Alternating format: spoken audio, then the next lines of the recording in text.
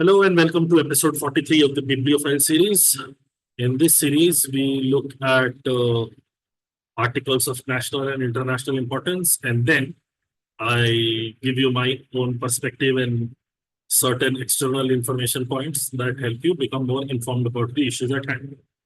The article that we are picking up today is India needs another PN station to take space missions to the next level. This was written by Arun Ram and it was published in Times of India.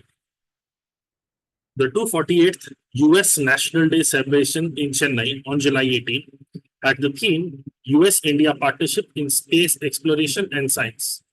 On the dais, on the platform, were US Ambassador Eric Garcetti, Tamil Nadu School Education Minister Anabil Mahesh Poyamuzzi, and actor-politician Kamal Hassan. In the absence of a space scientist, the speeches remained on low orbit of generalities. Because, see, the topic is US-India partnership in space exploration. Yet, because of the personnel on the stage, the speeches remained on low orbit of generalities. They did not go into specifics at all. Over dinner, a guest asked me what I thought of the US-India partnership in space. I said much more needs to be done. On my way back, the question, in a different form, kept coming back to me. Why is India unable to strike a deal with US to develop more powerful rockets that can propel heavier payloads farther and voyage into deep space? Okay. Why doesn't India have a good working relationship with US when it comes to space exploration? That is a question that came to the author's mind.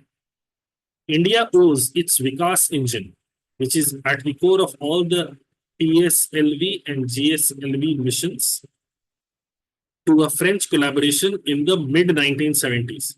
GSLV is Geosynchronous Launch Vehicle. PSLV, I'm not sure what it is, but okay. Some missions, Vikas engine is at the core of some missions, and it was on account of collaboration with French in mid-1970s.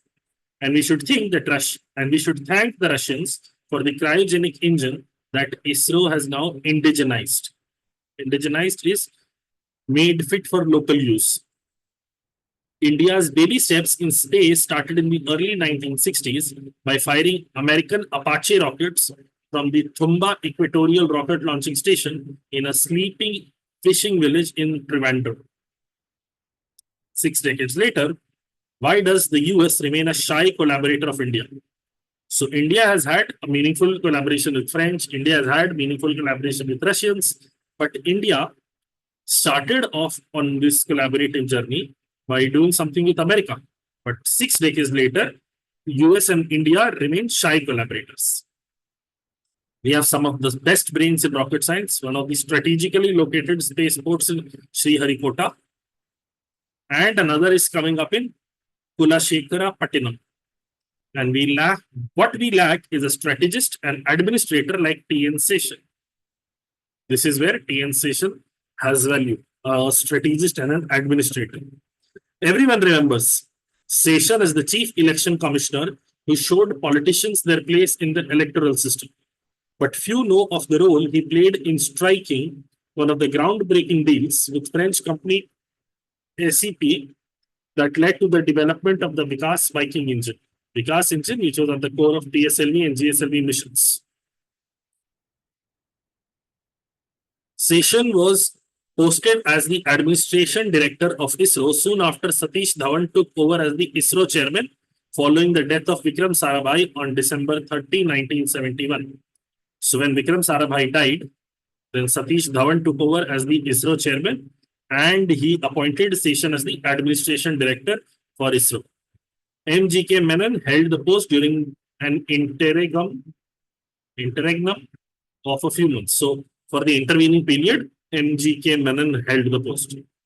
When Kamal Grover, he later founded Grover Vineyards, an agent for SCP. So SCP was being negotiated for via an agent, Kamal Grover, came up with the proposal for a collaboration to develop a liquid propulsion engine. Session jumped at it. He was very excited to be a part of it. He was very much pro it.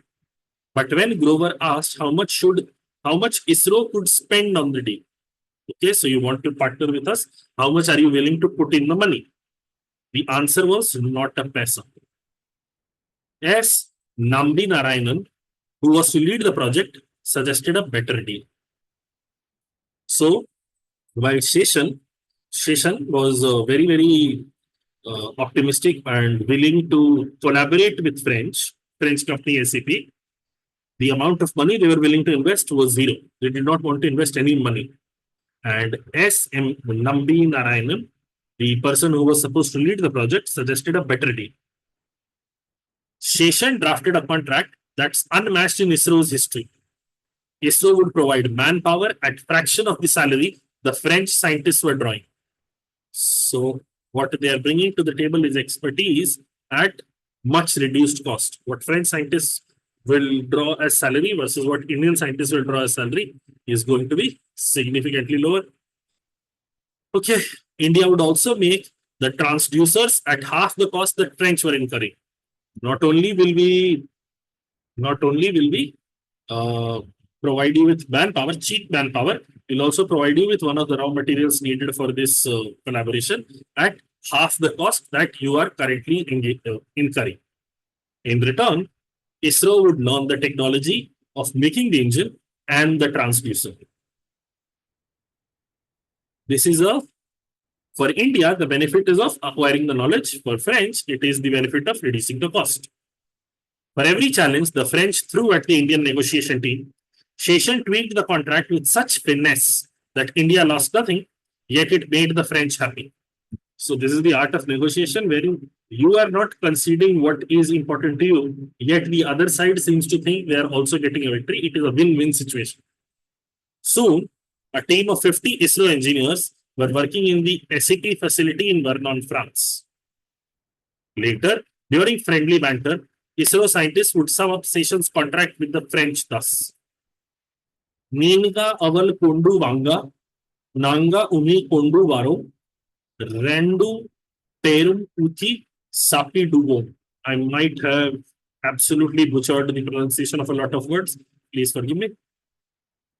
Their assessment of the contract was: you bring the rice, we bring the husk, together we blow the husk away and have the rice. Basically, we contribute nothing, yet we reap the benefits. India successfully fired its first PSLV, has to be a launch vehicle, PSLV, with the Vikas engine in 1994. This collaboration was happening in 1970s, and India launched its own first Vikas engine in 1994. So far, it has had a record of 57 successful launches out of 60, one being a partial success, where the Vikas engine performed normally, but the satellite couldn't be placed in the desired orbit. When India basks in the glory of successes of Chandrayaan and Mangalyaan and soon Gaganyaan, sitting in the next rocket would be another Vikas engine, whose credit should go to all the ISRO scientists and a master deal maker called TN Session. Okay, so TN Session has done commendably well in negotiating a deal that benefited India and also kept French happy with whatever concessions are being made. It's a fairly straightforward article. 621 words, 27 sentences, suitable for somebody who is in the 12th grade, as in they can understand it well. Reading A score is 48.43, lies in this range. Very fag end of difficult to read and fairly difficult to read, somewhere around that range. And very easily understood what TN Session did. This is this article. That will be all for this episode. See you in the next one with something else. Okay, bye.